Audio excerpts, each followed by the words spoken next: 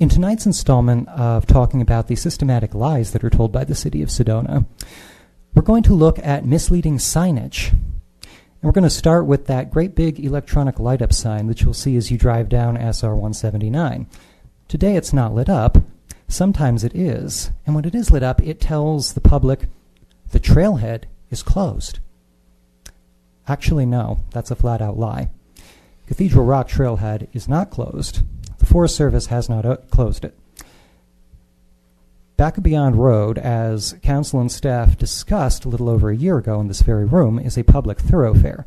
The city cannot close it, and if anyone actually wants to go down it, the city's traffic aides have to move out of the way. And if they can find parking at the very much open trailhead, they can park there. The city tells a lie in this sign because it's trying to get people to use the transit system.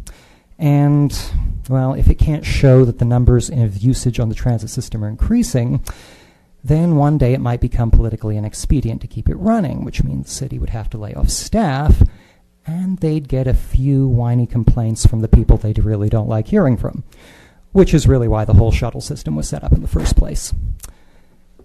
And let's also take a minute to talk about that fascinating sign in the middle of the Tlacopaki crosswalk, a pedestrian crossing that says, "No pedestrian crossing." Aside from looking completely ludicrous to anyone who can see there is a crossing there, the simple fact is the city has not closed that crossing and cannot close that crossing without permission from ADOT.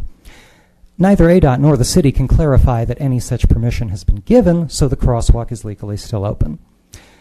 Even if the city chooses to gate off the crosswalk and place a deceptive sign in front of it, anyone under ARS Title 28 still has the ability to walk across that crosswalk, hop the fence, and still keep crossing the street because the city does not have the authority to regulate pedestrians within crosswalks.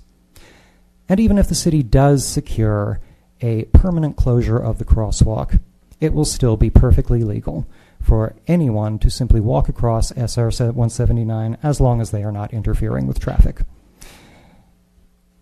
This is one of those weird situations where the city is going to unnecessary lengths and spending a lot of public money simply to push a personal agenda for a very few people in town and on this council.